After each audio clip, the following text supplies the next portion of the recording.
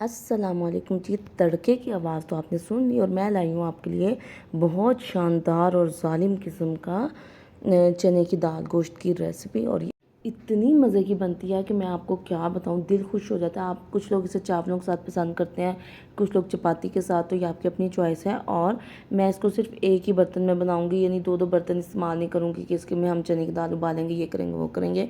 बहुत सादा और आसान सी रेसिपी है, झटपट बन जाती है और इतनी मज़े की बनती है कि आपको एक उंगली की बजाय दो दो उंगलियों से बताना पड़ेगा कि कितनी मज़े की है। देखें, अच्छा, इसके लिए सबसे पहले जो है ना, मैंने चने की दाल को तकरीबन 4 से 5 घंटे भिगो दिया था।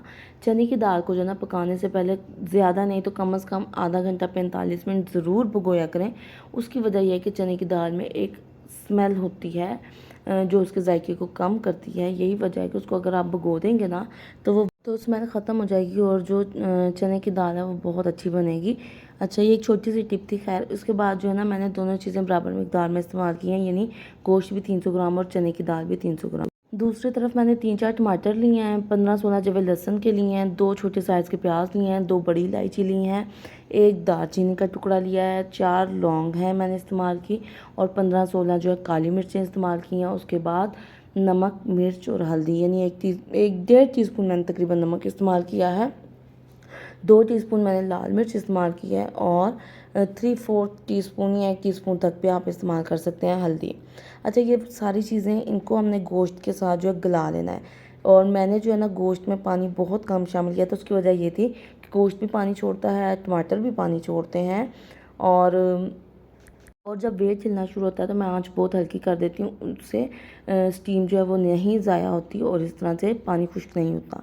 तो आपका अपना तरीका, आप जैसे चाहें उसको गला सकते हैं। मैंने बराबर का गोश्त, बराबर की दाल इस्तेमाल की है।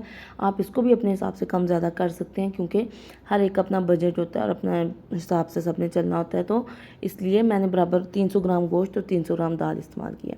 अच्छा, इसको हमने गलने के लिए रख दिया। जब गोश्त जो है ना तकरीबन हमने गोश्त को 70% कुक कर लेना है, यानी आपको मैं ये बता दूं कि गोश्त जो है तकरीबन 25 मिनट में गलना था। 25 मिनट इसको मैंने वेट लगवाना था, लेकिन मैंने इसको यहाँ 15 मिनट वेट लगवाया। इसके बाद जो अगले 10 मिनट इसको मैंने वेट लगवाना है वो मैं दाल चना के साथ लगाऊंगी। ऑयल भी साथ ही शामिल कर दिया हमने, और इसको जो है गोश्त को हमने अच्छे से गलने के लिए रख दिया। जब गोश्त अच्छी तरह से गल गया तो हमने इसका जो पानी है ना वो खुश्क कर लेना है। जब पानी बिल्कुल ड्राई हो जाएगा, अगर ऑयल की कमी लगे तो आप ज़्यादा डाल लीजिएगा। चने की दाल में हमेशा ऑयल ज़्यादा इस्तेमाल होता है और अच्छा भी लगता है। अच्छा, अभी यहाँ देखिए, मैं आप चेक कर रही हूँ, बोटियाँ जो है ना अभी उनमें काफ़ी कसर है। कसर जिन्हों भूतों वाली नहीं, वैसे ही 1 टेबलस्पून मैंने इसमें शामिल कर दिया था कुटा हुआ अदरक, और इसको हमने अच्छे से भून लेना है। जब ये भून जाएगा ना हमारा गोश्त, तो हम इसमें डाल देंगे चने की दाल। ठीक है, चने की दाल को हमने यहाँ इसी पॉइंट पे गलाना है। और अगर आप डरते हैं या परेशान हैं तो मैं आपको एक बात क्लियर कर दूँ, चने की दाल की कोई इतनी टेंशन नहीं होती। चने की दाल बहुत जल्दी घुलती भी नहीं है। तो आपने जो है ना इसी पॉइंट पे चने की दाल को गोश्त के साथ अच्छी तरह पहले भून लेना है। जब वो भून जाएगी तो मैंने 2 कप पानी शामिल किया था, और मैंने आँच हल्की रखी थी। मैंने आपको पहले बताया कि जब वेट चलता है मैं आँच हल्की कर देती हूँ। आप चाहें तो ज़्यादा पानी भी शामिल कर दें, और इसको आप यहाँ मतलब 3 कप पानी भी आप शामिल कर सकते हैं। इसको आपने कवर कर देना है, गलने के लिए रख देना है। चने की दाल बहुत अच्छे से जब गल गई, तो मुझे इसमें अभी भी थोड़ा सा पानी महसूस हो रहा था, तो मैंने इस पॉइंट पे ना इसको कवर करके रख दिया था ताकि एक मुनासिब कंसिस्टेंसी हो जाए। और अच्छा, जब ये सालन पक जाता है तो आधे घंटे बाद ये और ठंडा होके गाढ़ा हो जाता है, तो टेंशन ना लें। 1 टीस्पून भर के इसमें हम धनिया पाउडर डालेंगे। नमक मिर्च इस पॉइंट पे हम इसमें बैलेंस कर लेंगे, और सिर्फ आधा लीमू का रस मैंने यहाँ शामिल किया था। थोड़ा सा लेमन जूस ज़रूर शामिल किया करें, वो बैलेंस करता है। खटास नहीं चाहिए हमें, लेकिन एक अच्छा सा बैलेंस सा टेस्ट चाहिए, फ्लेवर को इन्हेंस करता है। तड़का लगाएंगे हम। तड़के के लिए मैंने 1/4 कप ऑयल लिया, उसमें सुरख मिर्च डाली ताकि अच्छा सा सुरख सा कलर आ जाए। साबुत गोल मिर्चें डाली हैं और ज़ीरा डाला है। ठीक है, इन चीज़ों से का हमने तड़का लगाना है।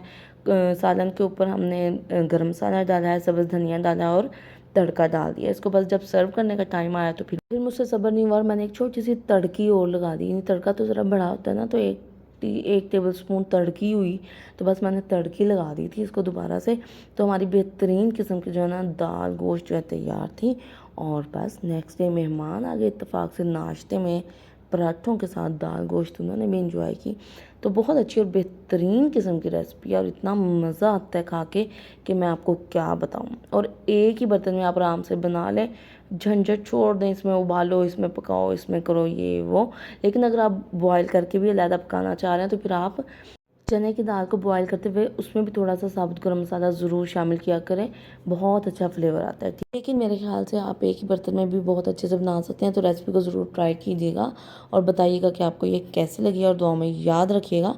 मुझे दीजिए इजाज़त, क्योंकि वैसे भी ਹੁਣ रोटी खुल गई है तो फिर ਤੁਹਾਨੂੰ पता वा ਜਦੋਂ रोटी खुल जाए तो फिर तो बंदे ਨੂੰ और कुछ नहीं नज़र आता।